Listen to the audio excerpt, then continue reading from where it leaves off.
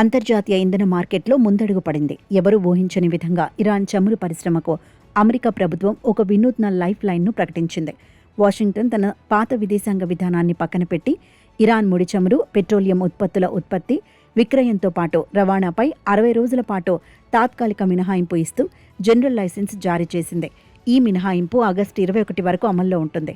ఇరాన్తో శాంతి ఒప్పందాన్ని కుదుర్చుకోవడానికి, అంతర్జాతీయ అణు తనిఖీలను పునరుద్ధరించడానికి అమెరికా ఈ కీలక నిర్ణయం తీసుకుంది. ఈ వార్త బయటకు రాగానే అంతర్జాతీయ మార్కెట్లో క్రూడ్ ఆయిల్ ధరలు ఒక్కసారిగా తగ్గుముఖం పట్టాయి. బ్రెంట్ క్రూడ్ ధర 3% పైగా పడిపోయింది. ప్రపంచంలోనే అత్యధికంగా ముడి చమురును దిగుమతి చేసుకునే దేశాల్లో భారతదేశం ఒకటి. కాబట్టి అమెరికా తీసుకున్న ఈ నిర్ణయం భారత్కు అత్యంత కీలకమైనదిగా మారబోతోంది. మన దేశం తన అవసరాలకు అవసరమైన చమురులో దాదాపు 85% ఇతర దేశాల నుండి దిగుమతి చేసుకుంటుంది.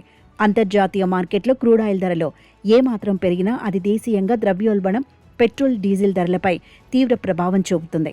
ప్రస్తుతం అమెరికా ఇచ్చిన ఈ 60 రోజుల ఉపశమనం వల్ల మార్కెట్లోకి ఇరాన్ చమురు అదనంగా రానుంది.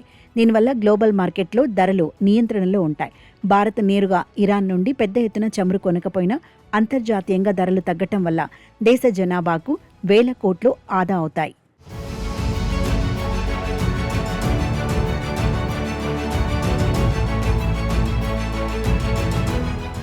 భారత్కు చమురు సరఫరా చేసే టాప్ దేశాల్లో ఇరాన్ ఒకటిగా ఉండేది.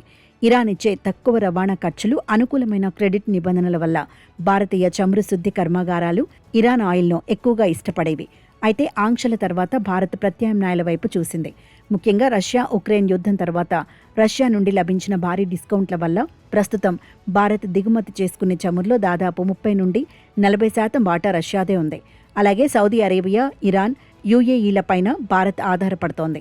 ఇప్పుడు ఇరాన్ తిరిగి మార్కెట్లోకి రావటం వల్ల భారత్కు మరో నమ్మకమైన ఆయిల్ సోర్స్ అందుబాటులోకి వచ్చినట్లయింది. అయితే భారతీయ రిఫైనరీలు ఇరాన్ నుండి తక్షణమే చమురు కొనుగోళ్లను ప్రారంభించే అవకాశం లేదు.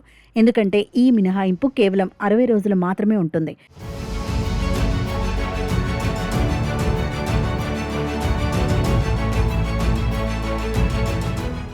సాధారణంగా చమురు సంస్థలు దీర్ఘకాలికంగా ఒప్పందాలనే కోరుకుంటాయి. కానీ ఈ డీల్ వల్ల భారత్కు మరో పెద్ద ఉపశమనం లభించింది. అదే హెర్ముజ్ జలసంధి భద్రత.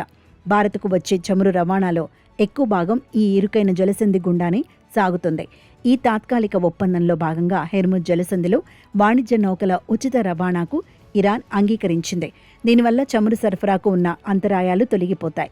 స్విట్జర్లాండ్లో జరుగుతున్న చర్చలు సఫలమైతే భవిష్యత్తులో ఇరాన్ చమురు పూర్తి స్థాయిలో అంతర్జాతీయ మార్కెట్లోకి వచ్చి భారత్ లాంటి దేశాల ఆర్థిక వ్యవస్థలకు మరింత ఊతాన్ని ఇస్తుందనడంలో ఎలాంటి సందేహం లేదు.